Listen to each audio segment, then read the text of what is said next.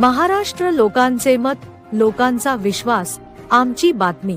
पत्रकार परिषद घेण्यात आली, काय विषय होता? आज या ठिकाणी मराठा क्रांती मोर्चातर्फे पत्रकार परिषद आयोजित करण्यात आलं होतं. येत्या 9 ऑगस्टला म्हणजे येत्या 9 ऑगस्ट ही क्रांती दिन आहे आणि महाराष्ट्रातला पहिला मोर्चा 10 वर्षापूर्वी आम्ही क्रांती चौकातून काढला होता आणि त्यामुळं येत्या 9 तारखेपासून मराठा समाजाच्या मागण्यासाठी आमचे जे राजेंद्र दाते पाटील आहेत ते उपोषणाला बसत आहेत आणि आम्ही मराठा क्रांती मोर्चाचे सर्व पदाधिकारी आम्ही त्यांना पाठिंबा देत आहोत. तर मला सांगा, या ठिकाणी मला एकच सांगायचं आहे की मराठा समाजाचे एवढे आंदोलन झाले, त्या प्रत्येक आंदोलनात सरकारनं मराठा समाजाला लबाड बोलण्याचं काम केलेलं आहे. आत्ता मध्ये सांगितलं की हैदराबाद गॅजेट लागू झालेलं आहे, परंतु हैदराबाद गॅजेटमध्ये कुठेही कुणबी नावाचा उल्लेख जर नसेल, वंशावळी नसेल, तर तुम्हाला आरक्षण मिळणार नाही.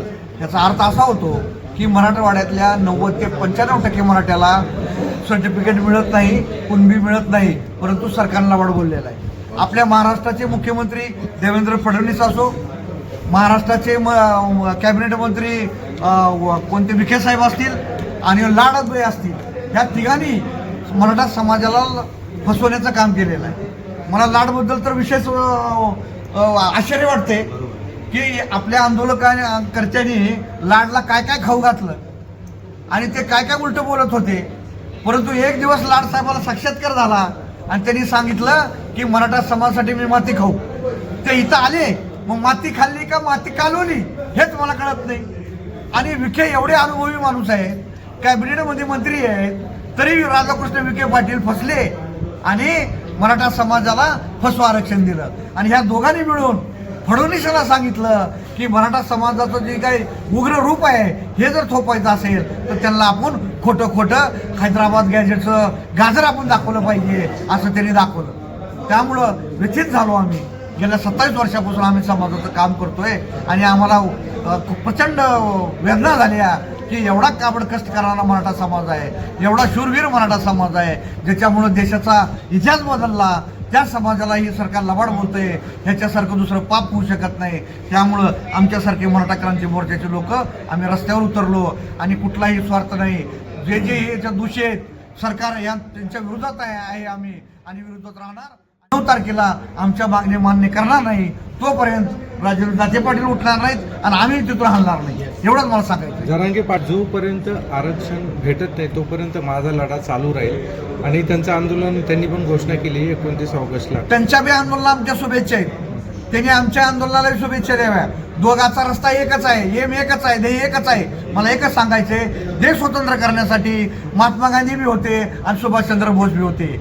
दोघाचा मार्ग वेगळा असला तर ध्येय एक होते, ते म्हणजे देशाला स्वातंत्र्य मिळालं पाहिजे. त्यामुळे जरांगे पाटलाचं आंदोलन असो, आमचं आंदोलन असो, आमचं ध्येय एकच आहे की मराठा समाजाला आरक्षण भेटलं पाहिजे, त्यांच्या मागण्या मान्य झाल्या पाहिजे. 29 ऑगस्टला जरांगे पाटील यांचं जे आंदोलन आहे त्या आंदोलनाला मराठी क्रांती मोर्चाचा पाठिंबा असेल? बिलकुल आहे ना, मराठा क्रांती मोर्चाचा पाठिंबा आहे. जो मराठा समाजाचं काम करेल त्याला आमचा पाठिंबा आहे. आणि 9 तारखेला जो मला असं कळालेलं आहे की जरांगे पाटलांनी आम्हाला पाठिंबा दिलेला आहे. ते बी आमच्या समाजाचे घटक आहेत ना, ते कुठे वेगळे आहेत? जरांगे पाटील झालं, आम्ही समाजाचे नेते. मराठा क्रांती मोर्चाची मागच्या 25-30 वर्षापासून जरांगे पाटील हे आमच्यासोबत काम केलेलं आहे.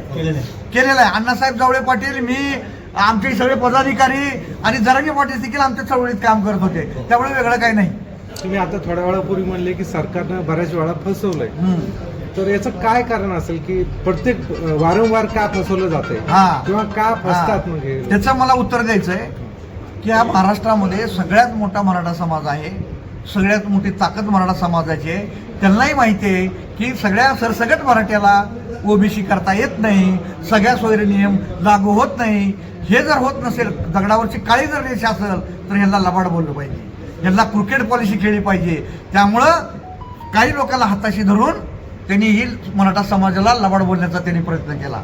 कारण त्यांना माहिती आहे की मराठा समाजाचं करोडो मराठा एकत्र आले, त्यांचं उग्र स्वरूप जर शासनाच्या विरोधात गेलं तर शासन एका दिवसात शासनाचा सत्यानाश होईल हे सरकारला माहिती होतं. त्यामुळं त्यांनी हे आलेलं अंगावरचं संकट टाळण्यासाठी मराठा समाजाला गाजर आणि लबाड देण्याचं काम त्यांनी केलं. तुम्ही सुद्धा आंदोलनाला बसताय, हो, तर मराठा समाजाला आरक्षण देणं शक्य आहे का तुमच्या मते? कायदेशीर सरकारला कुठलाही अधिकार नाही आरक्षण देण्याचा. जर मराठा समाजाला आरक्षण ही कोर्टात द्यायचं आहे, त्यामुळं जे आमचे केंद्र सरकारने आरक्षण द्यायचा अधिकार आहे आणि कोर्टामध्ये अधिकार आहे, त्यामुळं जे आमचे अभ्यासक आहेत दाते पाटील आणि भनुषे पाटील हे तुम्हाला आरक्षणाबद्दल सविस्तर सांगतील, हे तुम्हाला सांगायचं पासून मराठ्यांचा सरसकट ओबीसी समावेश व्हावा ही भूमिका प्रामुख्याने मांडत होते. 1 जून 2004ला त्या अनुषंगाने मराठा कुणबी मराठाचा GR सुशीलकुमार शिंदे मुख्यमंत्री असताना खत्री कमिशनच्या शिफारशीनुसार निघाला होता.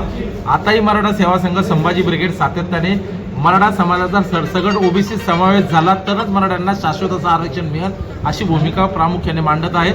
परंतु ज्या ज्या मराठ्यांच्या कुणबी नोंदी पूर्वजांच्या सापडतात किंवा मराठा कुणबी मराठा नोंदी सापडतात त्यांना त्या कुणबी नोंदीच्या आधारे ओबीसी आरक्षणाचा लाभ मिळतो. ते जास्तीत जास्त नोंदी शोधल्या गेल्या पाहिजे. त्याच पद्धतीने त्याची जी SOP आहे त्या SOPमध्ये स्पष्टीकरण आलं पाहिजे. परंतु हैदराबाद गॅझेटेडच्या अनुषंगाने सरकारने जे गाजर समाजासमोर टाकले आहेत त्याच्यामध्ये दिशाभूल झाली. अक्षरशः हैदराबाद गॅझेटियर लागू झालं असं शासन कुठल्याही परिपत्रकात म्हणत नाहीत, परंतु विरोधकांनी त्या पद्धतीची आरोळी उठवली, गाजावाजा केला आणि एक संभ्रम निर्माण तयार केला की मराठवाड्यामध्ये हैदराबाद गॅझेट लागू झालं. आंदोलकांच्या माध्यमातून तशी भूमिका सांगितली जाते, परंतु शासकीय लेवलवर हैदराबाद गॅझेटियर लागू झालेलं नाही. त्याच्या पद्धतीने कुठलंही प्रमाणपत्र आतापर्यंत मराठवाड्यात सिंगल वन प्रमाणपत्र निघालं नाहीत. परंतु शासन इतकं नालायक आहे, शासन त्या प्रमाणपत्रामध्ये पुराव्यामध्ये हैदराबाद गॅझेटियर नाव नमूद करतं आणि तशी दिशाभूल समाजाची होती. समाजातले लोक त्या संभ्रमात आहेत की हैदराबाद गॅझेटियर लागू झालं म्हणून मनोज जरांगे पाटलांच्या तोंडातून वगळून घेतलं जातं आणि परंतु शासकीय लेवलवर कुठल्याही कागदपत्रामध्ये अशी नोंद नाही किंवा कुठलाही असा कायदा किंवा शासन परिपत्रक नाही की मराठवाड्यामध्ये मराठा समाजाला हैदराबाद गॅझेट लागू केलं आहे. हे वाईट संभ्रम किंवा गैरसमज शासनाकडून पसरवण्यात येत आहेत, ते दूर करण्यासाठी दुसरा काही कार्यक्रम तुमच्याकडे आहे का? खरं तर मराठा समाजाच्या मागण्या शासनाने 2दा 3दा 4दा मराठा समाजाला फसवलं. मग शासनाने मराठा समाजाला एकदा शाश्वत काय आहे ते देऊन टाकायचं. उपोषण करायला कुठं आम्हाला संघटनेला वेळ? समाजाचे अनेक प्रश्न समोर असताना 40 वर्षापासून एकाच प्रश्नाच्या भोवती जर का संघटना राहत असतील तर त्याच्यात समाजाचं नुकसान होतं.